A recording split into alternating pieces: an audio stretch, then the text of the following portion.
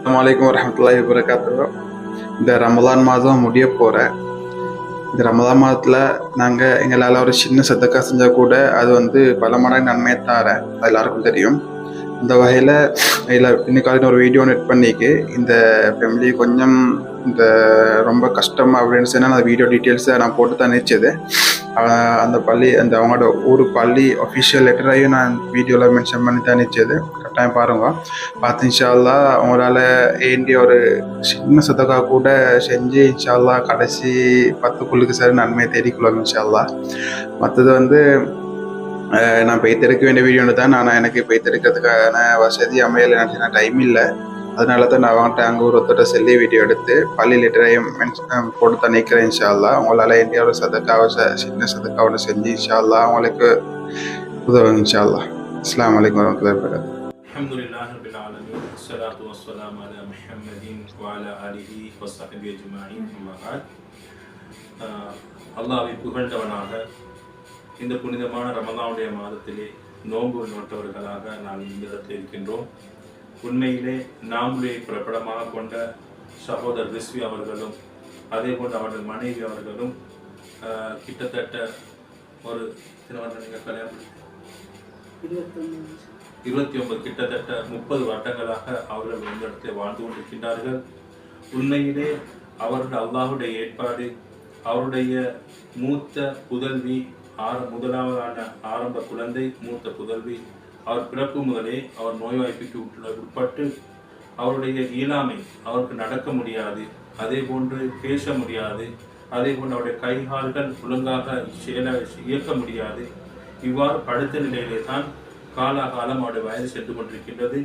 எவ்வாறென்றால் அவருக்கு தின்ன கொடுப்பதிலிருந்து அவருடைய மலசலம் எல்லாவற்றையும் அவருடைய தாயாரும் அவருடைய தகப்பன் ரிஷியும் தான் முழுமையாக கவனிக்கின்றார். அந்த பெண் குழந்தையால் ஒன்றுமே அவரால் சுயமாக செய்து கொள்ள முடியாது. ஏனென்றால் அந்த பெண்ணுக்கு தேவையான, இந்த குழந்தைக்கு தேவையான அனைத்து வேலை வட்டிகளும் அவருடைய பெற்றார்களும் தான் இந்த இடத்தில் அவர்கள் பணியாற்றி கொண்டிருக்கின்றார்கள்.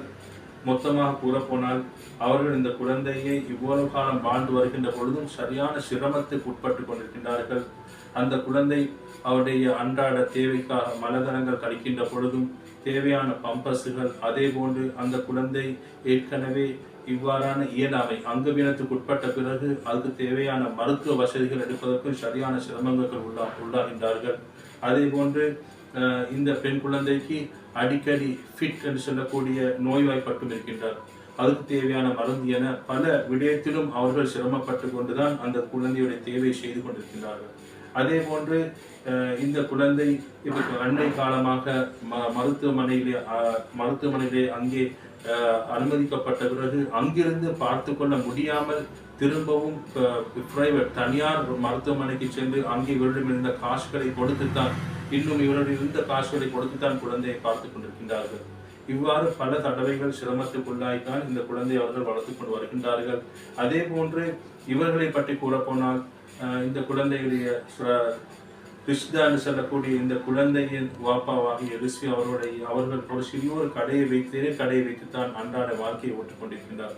அவரும் சீனி வியாதிக்கு உட்பட்டப்பட்டு அவருடைய கால்களிலும் மிகவும் அதுக்குண்டான மருந்துகளை செய்து கொண்டு காலில் புண்ணுகள் வந்திருக்கின்றன, அதுக்குண்டான மருந்துகளையும் செய்து கொண்டிருக்கின்றார். அதே போன்று இவருடைய கண் மற்றும் ஏனைய பரிசோதனைகளுக்காகவும் அவர் மருத்துவம் பார்த்து கொண்டும் இப்பொழுது இருக்கின்றார். அதே போன்று அவருடைய தாயார் தைராய்டு நோய்க்கு பாதிப்பு ஏற்படுத்தப்பட்டு அதிலும் அவர் நோய்வாய்ப்பட்டு அதிலே அவர்கள் இப்போ கிளினிக் சென்று கொண்டிருக்கின்றார்கள். இவ்வாறு தான் இவருடைய காலங்கள் போகின்றன.